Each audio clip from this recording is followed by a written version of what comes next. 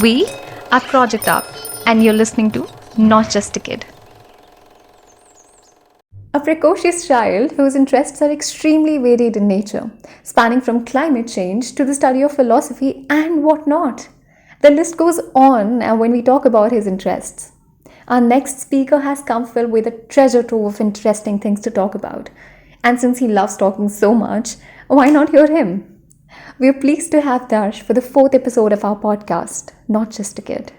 Hi Darsh, a very warm welcome. We're really delighted to have you in our podcast. How do you feel to be here? Hi, it genuinely feels really great to be here on the podcast. That's lovely. So, Darsh, as much as we know about you, you're into climate activism. So, how about you tell us something about that? How do you get into it and everything related to that? So, I would say it's quite an interesting story. So, it started last year. I joined a climate conference in Delhi before COVID started, and I really enjoyed the stuff that I learned over there. And I really felt the need to, engage myself with climate change as a whole, climate activism, climate advocacy. And then the pandemic happened, which gave me a lot of time to sit and study further on the subject, which I did after a lot of procrastination.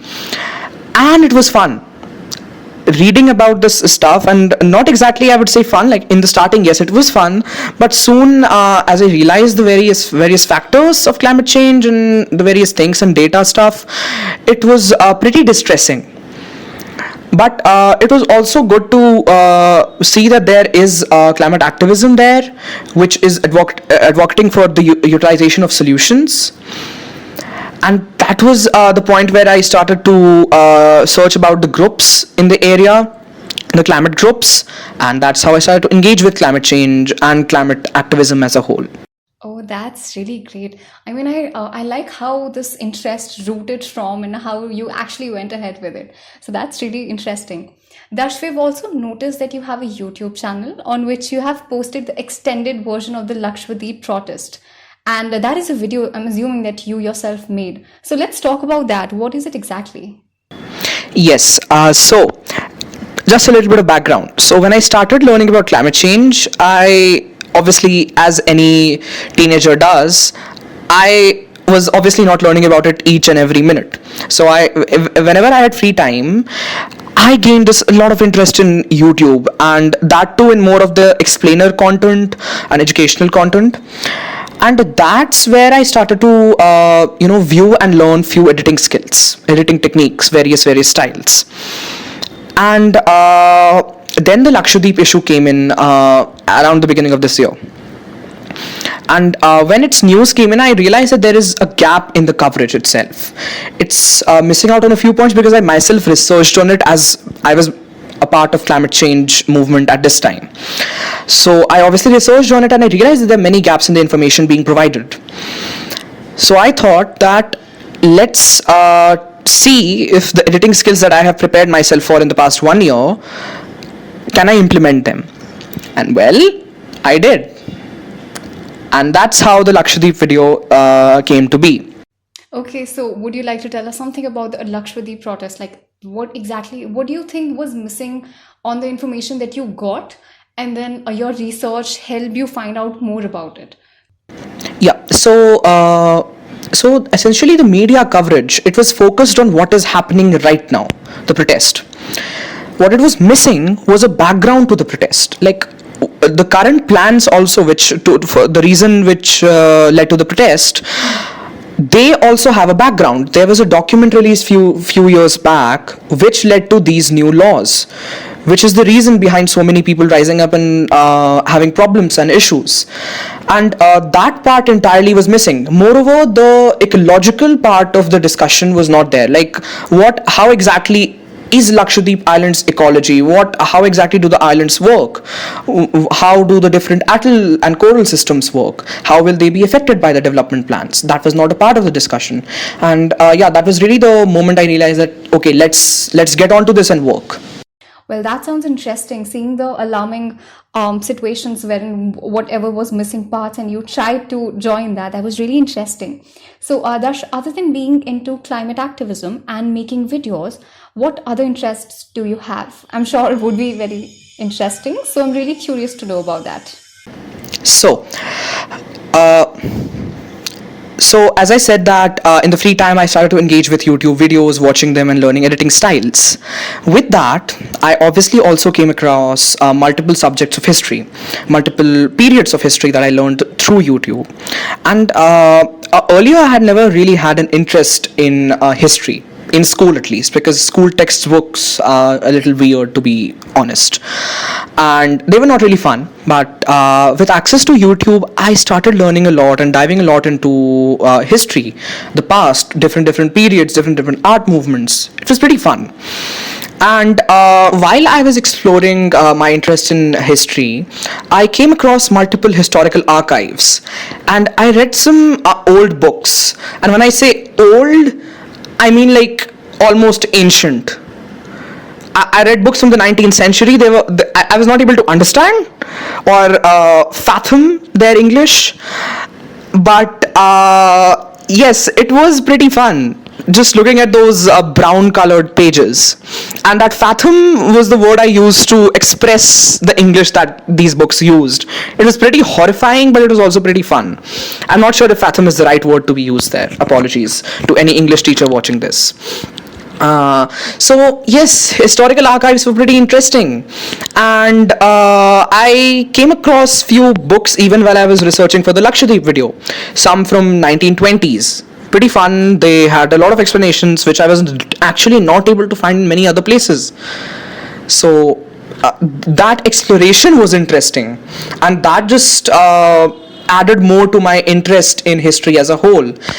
And then this history, this learning of history and learning of different periods and different ideas brought me to an existential crisis.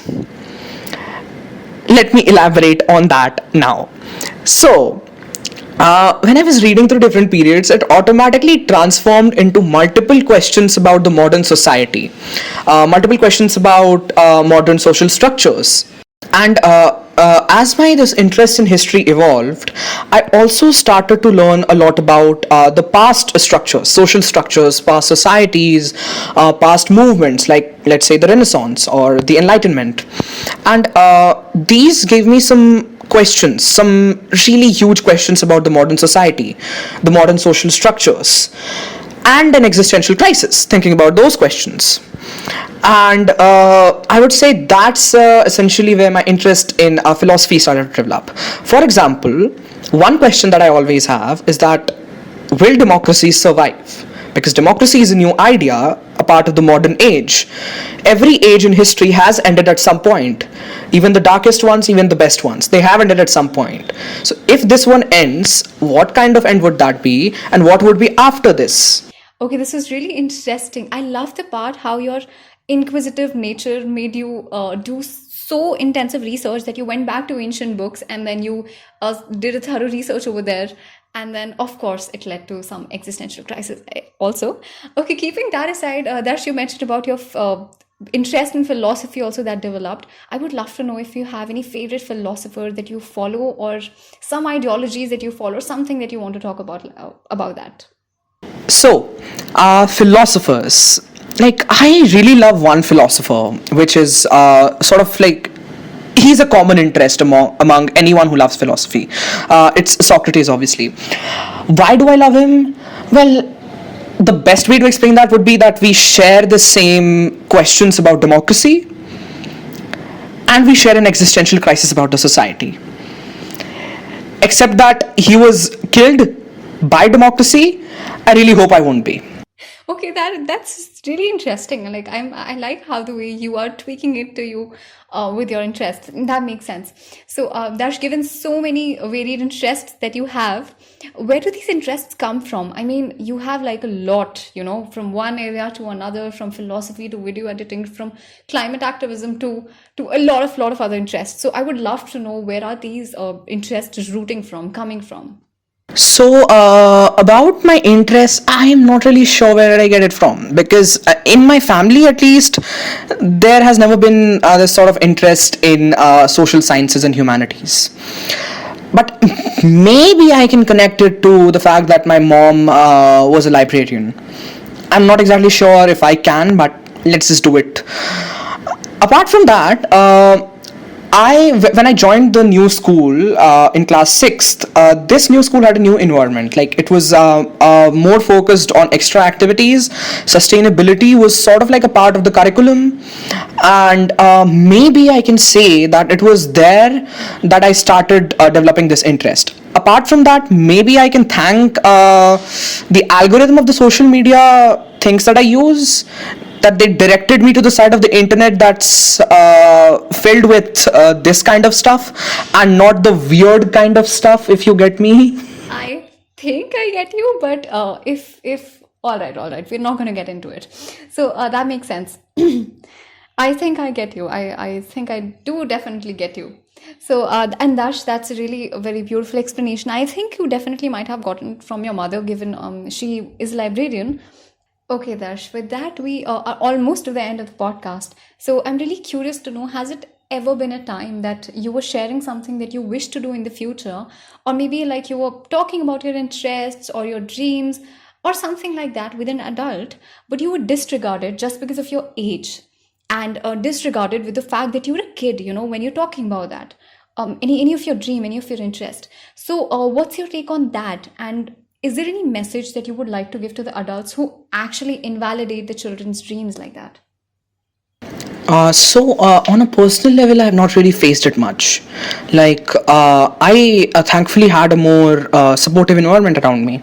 Not always, I can say that there have been times when, not exactly from a family, but yes, I have experienced this sort of, you are a kid and this and that. Now, first thing I would like to say that your age doesn't really define how you perceive things. If I'm researching something, I have a brain, so I can definitely process what I'm reading. I can definitely process everything that is being presented in front of me. It might take some time, but I can understand it.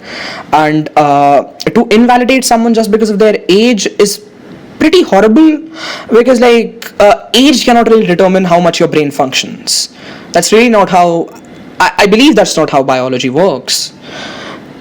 Except for that, there are, but I do know many kids, many people who have faced this. Not just this, but being forced into a sort of career that they don't want just because their interests are different. This is very prevalent in many places, disregarding someone's interest, disregarding someone's aspirations.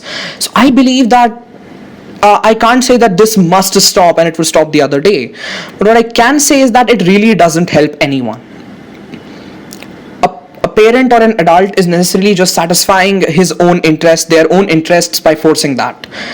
They are not satisfying the interests of the child. The child is not a property.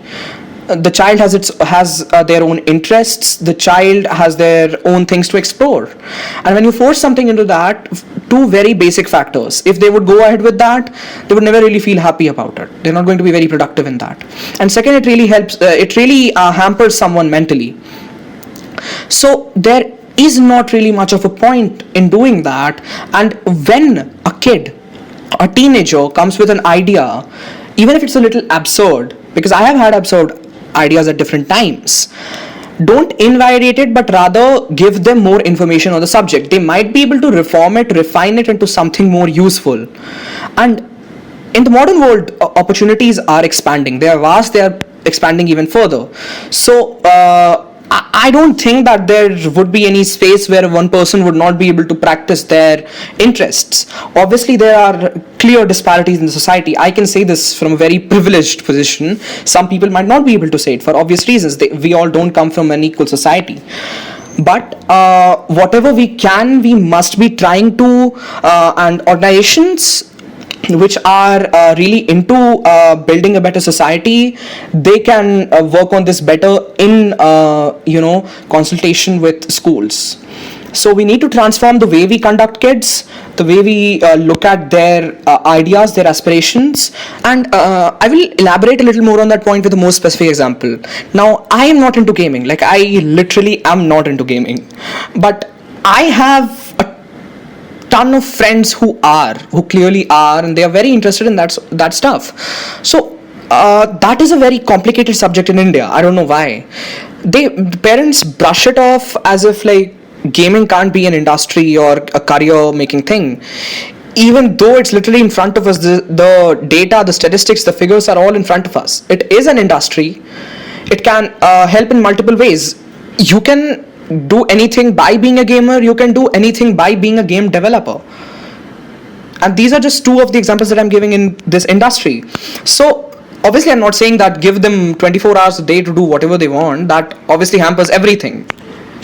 If whatever we are doing, we shouldn't be doing it 24 hours. But don't invalidate that interest. Don't brush off that interest, because that interest is genuine and there is an industry on that path. So yeah, that was just a little more specific example on that. So yeah. I think that was a really very great answer to the question. I mean, you pretty much covered everything that I personally would have doubt after that. And Darsh, thank you so much for this very enlightening conversation, right from the beginning till the end. I don't know about others, but I personally learned a lot about your interests and a lot about something known as opening up your mind. So I think that's something that I personally learned from you, and I cannot thank you enough. Once again, I would just thank you on behalf of Project Up. Thank you so much for being a part of this conversation and this really, really, really enlightening conversation. I hope you enjoyed just as much as I did this conversation. So, yeah. I really enjoyed being here. Like, it was amazing. Being this open about something, being able to openly share it, being able to openly express it, it was amazing. That means a lot to us. Thank you so much for this. Wishing you very good luck for your future. Thanks once again. So that was Darsh for the 4th episode of our podcast. We hope you equally loved this conversation. Please make sure you follow us on our social media and stay tuned for our upcoming episodes. And as always, signing off with what's most important: the heart that matters.